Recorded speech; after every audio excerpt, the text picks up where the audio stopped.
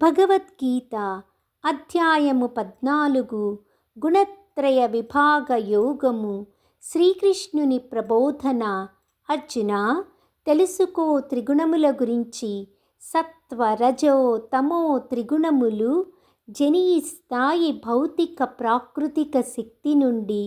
బంధిస్తాయి నశించని ఆత్మను నశించే శరీరమునకు. ఈ 3 గుణములలో ఒక గుణము మిగతా 2 గుణములపై పైచేయిగా ఉంటూ కొనసాగుతుంది. అర్జున, తెలుసుకో, పనులపై ప్రవర్తనపై ఉండే త్రిగుణముల ప్రభావము. సత్వగుణము బంధిస్తుంది జీవాత్మను. సుఖ సంతోషములు జ్ఞానముపై ఉన్న అనురక్తి అనుబంధముతో. సత్వగుణ ప్రవృత్తితో చేసే పనులు పవిత్ర ఫలితములనిస్తాయి. రజోగుణము బంధిస్తుంది జీవాత్మను కర్మ ఫలితములపై ప్రగాఢ ఆపేక్షతో. రజోగుణము ప్రబలమైనప్పుడు వ్యక్తమవుతాయి దురాశ, అసహనం, కోరిక. ఈ గుణ ప్రవృత్తితో చేసే పనులు కలుగచేస్తాయి దుఃఖమును.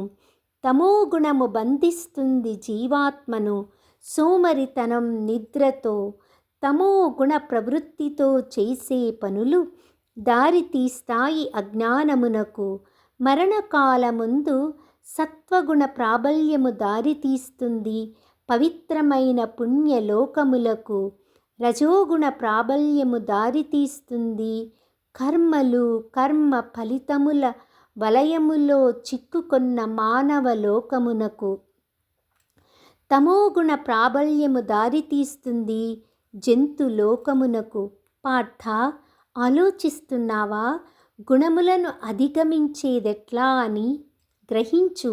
సత్వ, రజో, తమో గుణములు కర్మలకు నిజమైన కర్తలని, హేతువులని. గుణాతీతుడైన పరబ్రహ్మను ఆరాధించుట ద్వారా అధిగమించు గుణములను.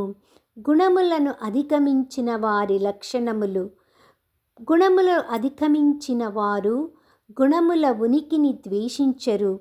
గుణములు కావాలని కోరుకోరు. గుణముల ప్రవృత్తి వలన ఆందోళన పడరు. తటస్థముగా గుణముల యందు ఉంటారు. గుణములే కర్మలు చేసేదని గ్రహిస్తారు. తమతో తాము నిశ్చల స్థితిలో ఉంటారు. చూస్తారు సమదృష్టితో సంతోషమును, దుఃఖమును, గౌరవమును, అగౌరవమును, స్నేహితులను, శత్రువులను, ప్రశంసలను, విమర్శలను. శ్లోకము 5. సత్వం రజస్తమయితి గుణా ప్రకృతి సంభవాః నిబధ్నంతి మహాబాహో దేహే దేహినం అవ్యయం. భౌతిక ప్రకృతి సత్వ, రజో, తమో గుణములను కలిగి ఉంటుంది.